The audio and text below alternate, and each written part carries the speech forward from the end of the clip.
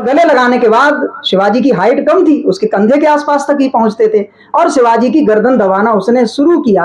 और गर्दन दबाते समय उसे लगा कि अब मैंने ठीक से कस के जकड़ लिया है इस काफिर को, और उसने कटार निकालकर शिवाजी के ऊपर वार किया और जोर से हंसा कि चलो ये शिकार ठीक फंसा।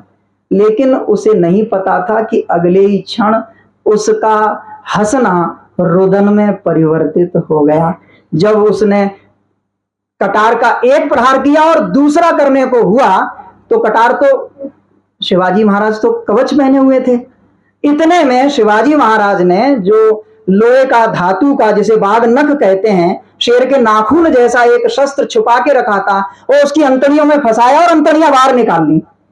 अंतड़ियां बाहर निकली तो वो तो दगा दगा दगा, जैसे ही दगा दगा चिल्लाया, धुंधुली वाले को स्वर सुनाई दे, धुंधुली बजी, धुंधुली बजते ही तोप वाले ने तोप दाग दी, तोप दागते ही शिवाजी की सेना चारों तरफ से टूट पड़ी।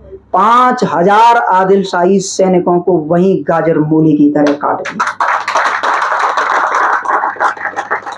ये हैं शिवाजी। भागा, उसने उसको कहारों को बुलाया, मुझे डोली में बिठाओ। शिवाजी महाराज ने फिर उसको वहां से पकड़ के, और इतिहासकार उसमें उसके मारने की विधि में थोड़ा बहुत इधर उधर लिखते हैं, लेकिन मूल कथा सब में एक ही है कि शिवाजी महाराज ने उस राक्षस का अंत कर दिया, उसका वध कर दिया। उसके बाद आदिल शाही ने दूसरा एक और राक्षस, भगवान कृष्ण को मारने के लिए कंस भेजता रहता था, कभी अघासुर भेजा, कभी बकासुर भेजा, कभी पूतना भेजी शिवाजी महाराज को मारने के लिए, फिर भी और भी लोग भेजे। कोई भी जब नहीं जीत पाया, तब हार मानकर उसने औरंगजेब से कहा कि अब इस काफिर को तुम ही कंट्रोल कर सकते। औरंगजेब ने अपने मामू जान को भेजा, शाइस्ता खान उनके मामू थे, कहा मामू जाओ और जरा इस काफिर की खबर लेकर आओ। मामू जान ने कहा अरे अभी जाते हैं।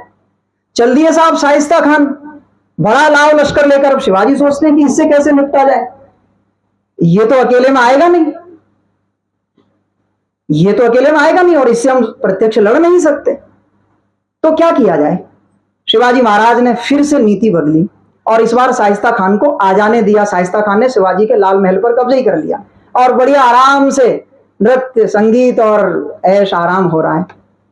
यशवंत सिंह नाम के एक राजा थे, वो 10,000 सैनिक लेकर शाइस्ता खान की सुरक्षा में, बोले आप निश्चिंत रहिए, शिवाजी तो क्या कोई परिंदा भी पर नहीं मार सकता। शिवाजी महाराज ने क्या किया, शिवाजी महाराज ने इस बार युद्ध नीति बदलते हुए 400 लोगों को एक सेना बनाई और वो साधारण वेश में एक प्रोसेशन निकालते हुए आराम से निकले और उस महल में धीरे से प्रवेश कर गए। लोगों ने पूछा कौन हो तुम? बोले वो हम तो महाराज साहब के यहाँ काम करने वाले उनके सैनिक हैं और उन्हीं के सेवक हैं। बोले ठीक। रात्रि में, चूंकि महल तो शिवाजी का था, शिवाजी तो महल के एक एक चप्पे चप्पे से परिचित थे, शाइस्ता खान जहां सो रहा था शिवाजी महाराज पहुंच गए और उस सोते हुए शाइस्ता खान को, वहां भी इतिहासकारों का अलग अलग कथन है।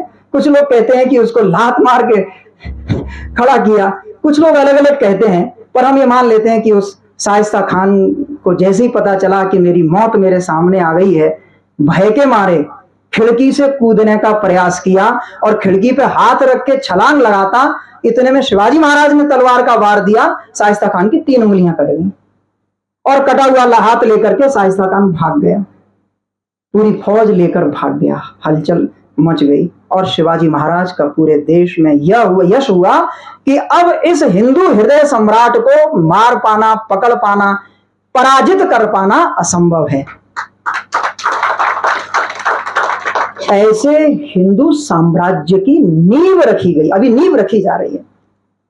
पूरे देश में विश्वास हुआ। नायक के प्रति विश्वास कब होता है? जब नायक सही निर्णय लेता है, नायक जब दूरदर्शी होता है, नायक की प्रतिमा गढ़ी जाती है। ध्यान रखना, बचपन से आप एक बात को सुन लीजिए कि आपको यदि नायक बनना है तो निडर होना पड़ेगा।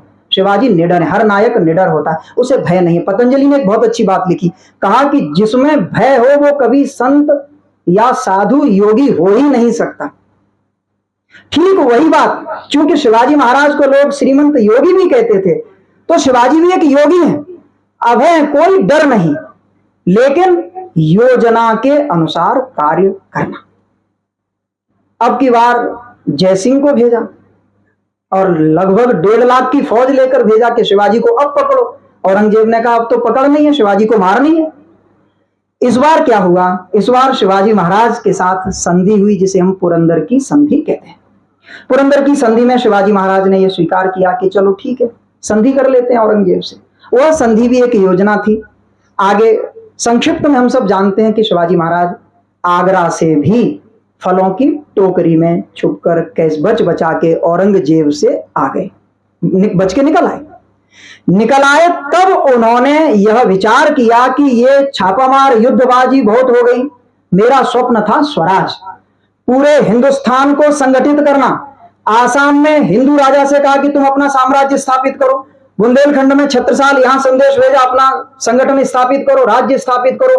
पूरे भारतवर्ष में संदेश दिया हम तुम्हारे साथ हैं, हिंदुओं का, हिंदुस्तानियों का स्वराज का शासन स्थापित करो।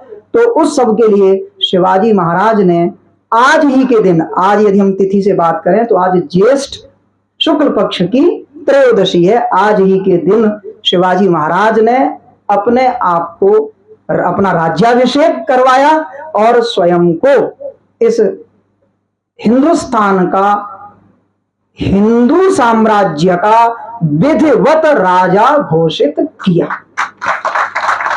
ये विद्यार्थियों को क्यों पढ़ाना? हम सब ने बचपन से, मैंने भी सुना है